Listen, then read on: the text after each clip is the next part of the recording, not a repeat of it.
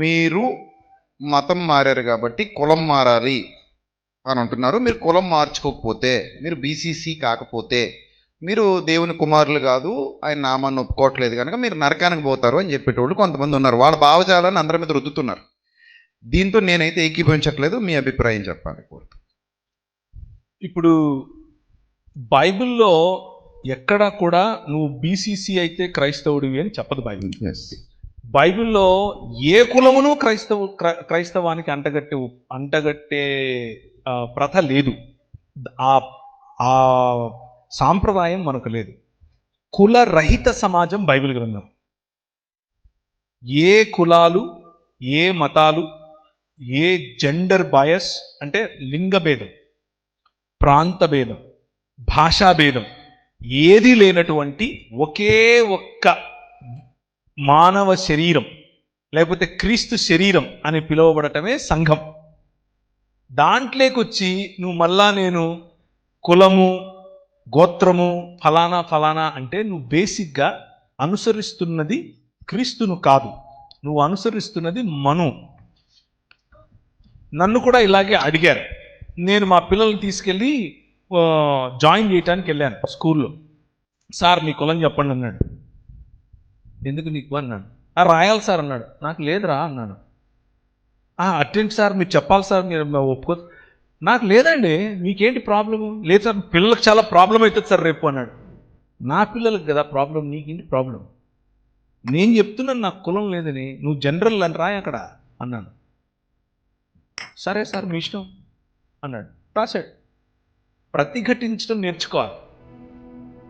తల ఒగ్గేంత వరకు ఈ సిస్టమ్ అనేది అలాగే తల ఉంచు. అలాగని చెప్పి నేను ఇప్పుడు మైక్ పట్టుకొని మీరొక్కరు కూడా అందరూ ఇలాగే చేయండి అని నేను చెప్పను. అది మీ వ్యక్తిగత చాయిస్.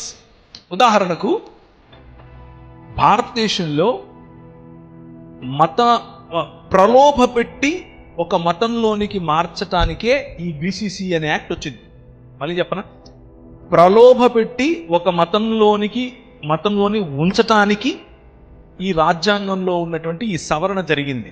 అంటే హిందువుగా నువ్వు ఉంటేనే నీకు ఎస్సీ ఎస్టీ రిజర్వేషన్ ఉంటుంది అని చెప్పేటటువంటి ఈ ఆలోచన ఒక ముగ్గు.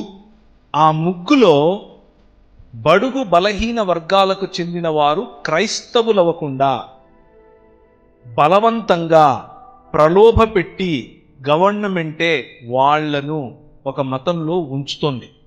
ఓసీలకు మళ్ళీ లేదు, అది ఓసీలు మార్చట్లేదు బీసీసీలో. నేను రిజర్వేషన్స్ గురించి మాత్రమే మాట్లాడుతున్నాను. సో రాజ్యాంగ వ్యతిరేకమైనటువంటి ఈ పనికి రాజ్యాంగంలోనే చోటు కల్పించిన రాజకీయాలను మార్చాలి. దానికి పోరాటం చేయాలి. జరుగుతోంది పోరాటం, అందులో భాగం అవ్వండి. అంతేకాని తల ఒగ్గి మీరు అవునా అది చెప్పిందా అయితే నేను. ఒక ఆయన అన్నాడు, ఇప్పుడు నువ్వు ఒకానొక సమయంలో ఎస్సీగా ఉన్నావు, క్రీస్తును తెలుసుకున్నావు, బీసీగా రా అన్నాడు. అరే నాకు కులమే వద్దనుకుంటే నువ్వు బ్యాక్వర్డ్ కాస్ట్ అంటావేంటి? నేను బ్యాక్వర్డ్ ఏంటి, నేను అందరికంటే ఫార్వర్డ్ అని చెప్పండి. పాయింట్ అన్నా, కొంతమంది రిజర్వేషన్స్ అనుభవిస్తున్నారు, వాళ్ళు ఇబ్బందులు ఎదుర్కొని ఉన్నారు, వాళ్ళకి అవి కావాలి. నేను అదే అంటున్నాను. నేనేమంటున్నానంటే ఇది అవసరం లేదు అంటే అవి కోల్పోతారు కదా. నేనేమంటున్నానంటే నీకు కులమే అవసరం లేదు అన్న స్టాండ్ తీసుకో, లేకపోతే నీ పైన జరిగిన అన్యాయానికి పోరాడుతూ అందులో ఉండు. అది జరిగింది అన్యాయం, నీ పైన జరిగింది చేయట్లేదు, మీరు కంపేర్ చేయట్లేదు. లేదు, మీ వ్యక్తిగత చాయిస్ అని చెప్తున్నాను. నేను తీసుకున్న చాయిస్ ఇది. నాకు కులమే లేదంటే నువ్వు బీసీ అంటావు, ఓసీ అంటావు, ఎఫ్సీ అంటావు ఏంటి? అరే సీనే లేదురా బాబు అని చెప్తున్నాను. నేను ఓపెన్ కేటగిరీ, ఓపెన్ క్యాస్ట్ కాదు, నేను ఓపెన్ కేటగిరీ. నా పిల్లలు ఓపెన్ కేటగిరీ, నా పిల్లలు ఓపెన్ కేటగిరీనే ఉంటారు. యాక్చువల్గా నేను అడిగిన, సరే మా నాయన పేరు ఇది, మా అమ్మ పేరు ఇది, మా తాత పేరు ఇది, నా కులం మీద నువ్వు చెప్పు అని అడిగిన. అలా చూశాడు. అర్థమైందా ఇప్పుడు ఎందుకు నాకు కులం లేదు అని అడిగారు. నా భార్య మధ్యప్రదేశ్, నా భార్య తండ్రి ఉత్తరప్రదేశ్, నా భార్య అమ్మ రాజస్థాన్, నేను ఆంధ్రప్రదేశ్, మేము ఉండే తెలంగాణ. మొత్తం ఇండియా అంతా మా ఇంట్లో ఉంది, నాకు ఏ కులం చెప్తావు అని అడిగా. అలా చూశాడు. ఎందుకు నాతో నేను చెప్పింది రాయ్ ఓపెన్ అని చెప్పా. No caste. లేదు సార్ కష్టమవుతుంది అన్నాడు. అయితే నాకైతే నీకెందుకు బాధ అలాగని చెప్పి నాలాగే మీరు చేయమని నేను చెప్పట్లేదు. ఒకవేళ దళిత సామాజిక వర్గం నుంచి మీరు క్రీస్తును ఈరోజు తెలుసుకొని ఉంటే, మీరు క్రీస్తును తెలుసుకున్నంత మాత్రాన మీ పైన ఉన్న సామాజిక వివక్ష పోలేదు, అది అలాగే ఉంది. కమిషన్స్ అన్నీ అవే చెప్తున్నాయి. దళిత సామాజిక వర్గానికి చెందిన వారు కులానికి కాదు రిజర్వేషన్. ఏదైతే మీ పైన ఈ వివక్ష జరుగుతుందో దానికి రిజర్వేషన్. వివక్ష ఇంకా ఉంది, మీకు రిజర్వేషన్ హక్కు ఉంది. సో ధైర్యంగా అలాగే ఉండండి. దీనికి వ్యతిరేకంగా పోరాడండి, పోరాడి గెలవండి. అంటే నా నామాన్ని ఒప్పుకోలేనట్టు అని వచనాన్ని చూపించడం అనేది దీనికి దాన్ని అడాప్ట్ చేయడం తప్పు కదా. అస్సలు దానికి సంబంధం లేదు. అది వేరు ఇది వేరు.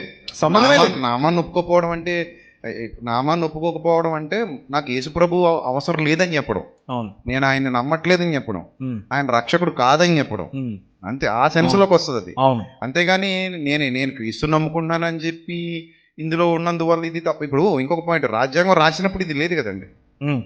మీరు అన్నారు సవరణ చేశారు. అవును అవును, సవరణ చేశారు. ఇది పర్టికులర్గా దళిత సమాజం క్రైస్తవంలోనికి వెళ్లకుండా ఉండటానికి తీసుకున్నటువంటి ఒక సనాతన చర్య. రైట్. సో ఒక సనాతన వ్యూహం.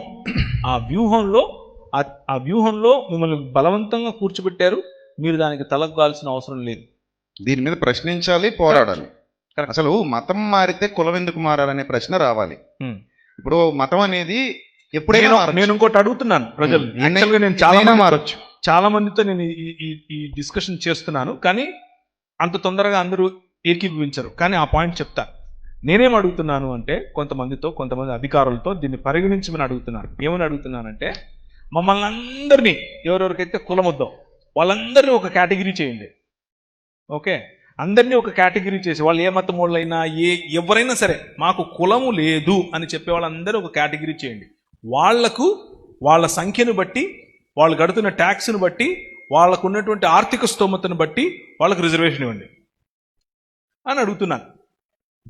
వాళ్లకు రాయితీలైనా ఏవైనా సరే వాళ్ళ సంఖ్యను బట్టి, వాళ్ళు కడుతున్న ట్యాక్స్ను బట్టి, వాళ్ళకున్న ఆర్థిక స్తోమతను బట్టి, స్థితిగతులను బట్టి ఇవ్వండి అని అడుగుతున్నాను.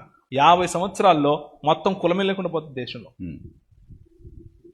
ఉండదు, వివక్ష కూడా ఉండకూడదు. ఉండదు. ఎందుకు ఉంటుంది ఇంకా? సూపర్ అన్న.